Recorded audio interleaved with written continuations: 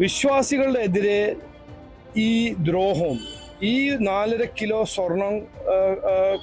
സ്വർണ്ണ കൊള്ളയും ഇതെല്ലാം ചെയ്തത് ഒരു പോറ്റിയൊന്നുമല്ല. ഇതിൻ്റെ പിന്നിൽ ഒരു നല്ലൊരു പൊളിറ്റിക്കൽ ഒരു രാഷ്ട്രീയ ഗൂഢാലോചനയുണ്ട്. അത് ചെയ്തത് ആരാണെന്ന് അന്വേഷിക്കണം എന്ന് ആദ്യം മുതൽ ഞങ്ങൾ പറയാമെന്ന്. ഇതൊരു സെൻട്രൽ ഇൻവെസ്റ്റിഗേറ്റീവ് ഏജൻസി അന്വേഷിക്കണം. 30 കൊല്ലത്തിന്റെ ഓഡിറ്റ് റിപ്പോർട്ടും വിജിലൻസ് റിപ്പോർട്ടും പുറത്ത് ആക്കണം. ഇവിടുത്തെ ദേവസ്വം മന്ത്രി രാജിവെക്കണം എന്ന് ഞങ്ങൾ ആദ്യ ദിവസം മുതൽ പറയുന്ന കാര്യമാണ്. ഇവരത് തള്ളി ഒളിച്ചു വെക്കാൻ ശ്രമിക്കുമ്പോൾ അത് ഇനി നടക്കില്ല എന്ന് ഞങ്ങൾ അന്ന് കൃത്യമായി പറഞ്ഞു. ഇന്ന് അതാണ് എല്ലാവരും കാണുന്നത്. ദേവസ്വത്തിന്റെ സ്വത്ത്,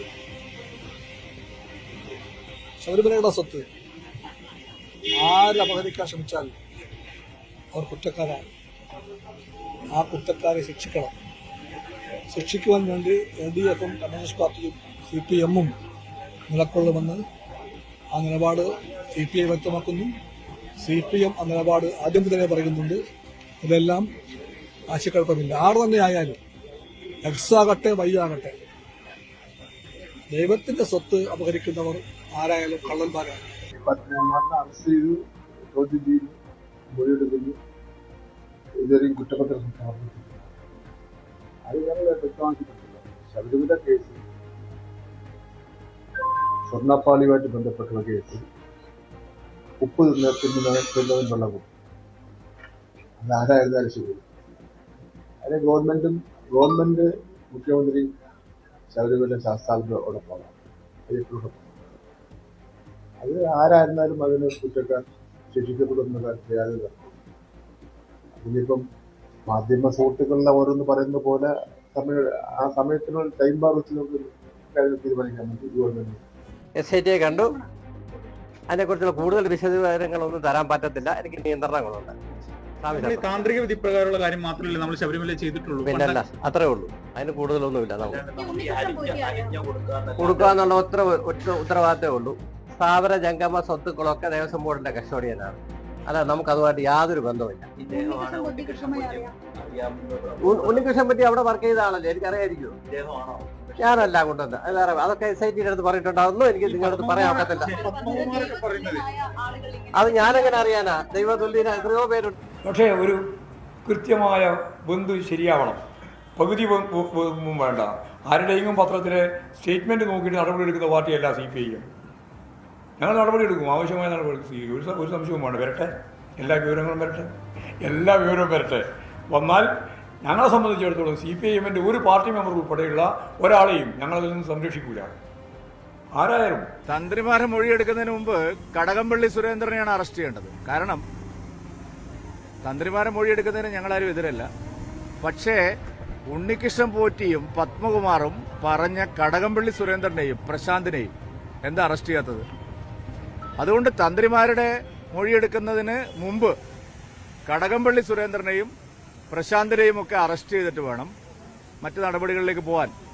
ആദ്യം അറസ്റ്റ് ചെയ്ത പോറ്റിയും മുരാരി ബാബുവും കടകംപള്ളി സുരേന്ദ്രന്റെയും പ്രശാന്തിന്റെയും എല്ലാം കൃത്യമായിട്ടുള്ള പങ്കാളിത്തം ഈ കേസിൽ മൊഴിയായി നൽകിയിട്ടുണ്ട്. എന്താ അവരടുത്തേക്ക് പോകാത്തത്? അവരടുത്തേക്ക് ആദ്യം പോകണം. പത്മകുമാർ പിണറായി വിജയന്റെ മനസാക്ഷി സൂക്ഷിപ്പുകാരനല്ലേ, പിന്നെ എങ്ങനെ പുറത്താക്കും? സംഘടിതമായ കുറ്റകൃത്യമാണ്. ക്ഷേത്രങ്ങൾ തകർക്കാനും അവിടുത്തെ സമ്പത്ത് കൊള്ളയടിക്കാനും പാർട്ടി തലത്തിലെടുത്ത തീരുമാനമാണിത്. അതാണ് ശബരിമല സമരകാലത്ത് നമ്മൾ കണ്ടത്. അതിന്റെ ഭാഗമായിട്ട് തന്നെയുള്ള കൊള്ളയാണ് നടന്നിരിക്കുന്നത്. ആ കാലത്ത് തന്നെയാണ് ഈ കൊള്ള നടന്നിരിക്കുന്നത്. സ്വർണം കട്ടതിന്റെ കാര്യത്തിൽ ഒരു കോംപ്രമൈസും ഇല്ല. കട്ടവൻ പുറത്തു വരണം. തന്ത്രി കുറ്റം ചെയ്തതൊന്നും ഞങ്ങളാരും വിശ്വസിക്കുന്നില്ല. അങ്ങനെ കുറ്റം ചെയ്യുന്ന തന്ത്രിമാരൊന്നും ശബരിമലയുള്ളതായിട്ട് ഒരു കംപ്ലൈന്റും ആരും വന്നിട്ടില്ല. തന്ത്രിമാരെ സംശയത്തിന് നിഴൽ നിർത്തി യഥാർത്ഥ കള്ളന്മാർ തന്ത്രി പോലും അറിയാണ്ടാണ് സ്വർണം അടിച്ചുകൊണ്ടുപോയിട്ടുള്ളത്. പത്മകുമാറും വാസുവിനെയും അറസ്റ്റ് ചെയ്തു. അവരുടെ അടുത്തേക്ക് ഈ ഉണ്ണികൃഷ്ണൻ പോറ്റി അയച്ചത് ആരാണ് എന്ന് അവർ മൊഴി കൊടുത്തിട്ടുണ്ട്. പിന്നെ ശ്രീ കടകംപള്ളി സുരേന്ദ്രനും ഉണ്ണികൃഷ്ണൻ പോറ്റിയുമായിട്ടുള്ള ബന്ധത്തിന്റെ തെളിവുകൾ ഞങ്ങളുടെ കയ്യിലുണ്ട്. ഇപ്പൊ ഇവർ മൊഴിയും കൊടുത്തിട്ടുണ്ട്. അവരുടെ അടുത്തേക്ക് ഉണ്ണികൃഷ്ണൻ പോറ്റി അയച്ചത് ദേവസ്വം മന്ത്രിയാണ്. ഇതൊക്കെ കണക്കിലാണ്. അപ്പൊ ഈ ജയിലിലേക്കുള്ള ഘോഷയാത്ര തുടങ്ങിയിട്ടേക്കും. ഇനിയും ഒരുപാട് ആളുകൾ ആ ഘോഷയാത്രയിൽ പങ്കുചെയ്യും. CPM ആസ് എ പാർട്ടി ഈ ക്രിമിനൽ ഗൂഢാലോചനയിലുണ്ട്. 2 CPM-ന്റെ പ്രധാന നേതാക്കൾ കൈവിലങ്ങിട്ട് ജയിലിൽ പോവുകയാണ്. ഞാൻ ചോദിക്കട്ടെ, കേരളത്തിന്റെ മുഖ്യമന്ത്രി ഇതുമായി ബന്ധപ്പെട്ട് എന്തുകൊണ്ടാണ് മൗനം പാലിക്കുന്നത്? ആ മൗനം ദുരൂഹമാണ്. പാർട്ടി ഇത് കോടതിയുടെ മേൽനോട്ടത്തിലല്ലായിരുന്നുവെങ്കിൽ എന്ത് സംഭവിക്കും? കഴിഞ്ഞ സ്വർണ്ണക്കള്ളക്കടത്ത് പോലെ ഇത് ആവിയായി പോയനെ. ഇതങ്ങനെ ആവിയായി പോകാതിരിക്കുന്ന ഹൈക്കോടതിയുടെ നിരീക്ഷണമുള്ളത് കൊണ്ടാണ്. ഈ കാര്യത്തിൽ എന്തുകൊണ്ടാ ഇപ്പോ പാർട്ടി സെക്രട്ടറി ഇവർ ആരോപിതർ മാത്രമാണ്, ഇവർ കുറ്റം ചെയ്തതായിട്ട് കോടതി കണ്ടെത്തട്ടെ, ഇതിനു മുൻപുള്ള കാര്യങ്ങളിൽ എന്തുകൊണ്ടാ കോടതിയുടെ ഈ തരത്തിലുള്ള ഒരു വിധിയെഴുത്തിന് വേണ്ടി കാത്തു നിൽക്കുകയോ വിധിയെഴുത്തിന് വേണ്ടി തയ്യാറാവുകയോ ചെയ്യാതിരുന്നത്? അതിനർത്ഥം ഈ സംഭവത്തിൽ എന്തൊക്കെയോ ഒളിച്ചുകളികൾ, ആരെയൊക്കെയോ സംരക്ഷിക്കാനുള്ള ഒരു ശ്രമം, ആ ശ്രമം ഇതിൻ്റെ പിന്നിൽ ഉണ്ട് എന്നുള്ളത് യാതൊരു സംശയമില്ലാതെ വ്യക്തമാണ്.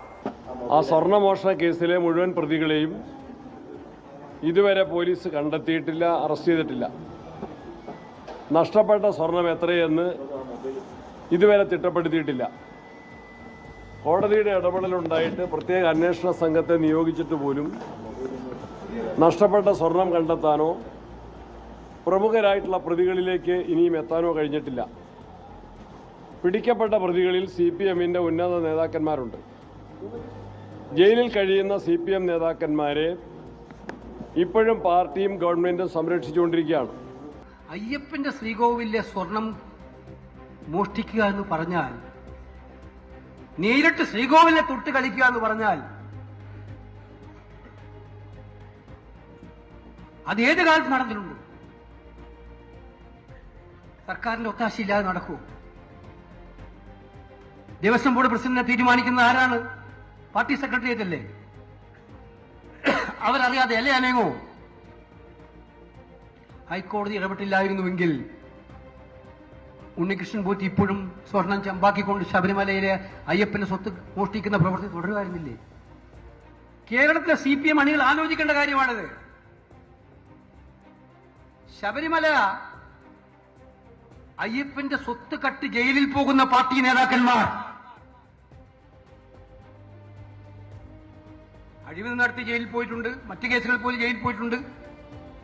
പക്ഷെ ദൈവത്തിന്റെ സ്വർണം കെട്ട് ജയിലിൽ പോയ പാർട്ടി നേതാക്കന്മാർ ചിത്രമെടുത്താൽ അതിന്റെ റെക്കോർഡ് തകർക്കാൻ കമ്മ്യൂണിസ്റ്റ് മാർക്സിസ്റ്റ് പാർട്ടിക്ക് കഴിയില്ല എന്നുള്ളതാണ് കേരളത്തിലെ ഇപ്പോഴത്തെ സ്ഥിതി. അത് നിങ്ങൾക്ക് മാത്രം അവകാശപ്പെട്ട റെക്കോർഡായിട്ട് മാറി. സർക്കാർ അവിടെ ഈ കവർച്ചയ്ക്ക് കൂട്ടുനിൽക്കുകയായിരുന്നു.